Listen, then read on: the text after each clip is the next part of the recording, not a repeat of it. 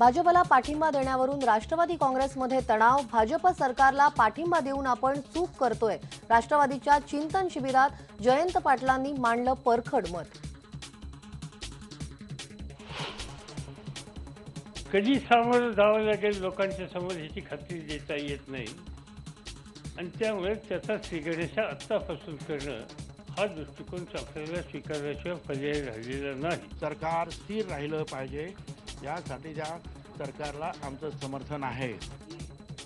शरद पवारांनी दिलेल्या मध्यावधी निवडणुकांच्या संकेतानंतर आता राष्ट्रवादीकडून सारवासारव।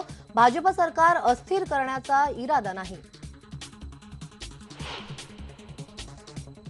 अवकाळी पावसानं झालेल्या नुकसानीमुळे शेतकऱ्यांचा हार्ट अटॅकनं मृत्यू। सटाणामधल्या लक्ष्मण अहिरे यांना शेतातच आला हार्ट अटॅक। कमी पावसामुळे सलग 3 वर्षातून मराठवाड्यात दुष्काळी परिस्थिती। परभणीच्या येलदरी धरणात पुरेसा पाणी साठा नाही। महापालिकेच्या नियोजन शून्यतेचा नागरिकांना फटका।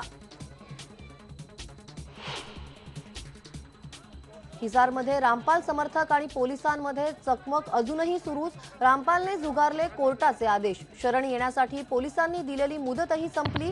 पोलिसांच्या आजच्या कारवाईकडे सगळ्यांचं लक्ष।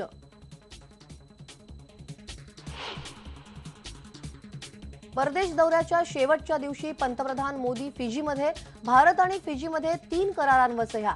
संयुक्त ऊर्जा प्रकल्पासाठी देणार $70 कोटी, तर फिजीच्या नागरिकांसाठी व्हिसा ऑन अरायव्हलच्या सुरक्षेची घोषणा।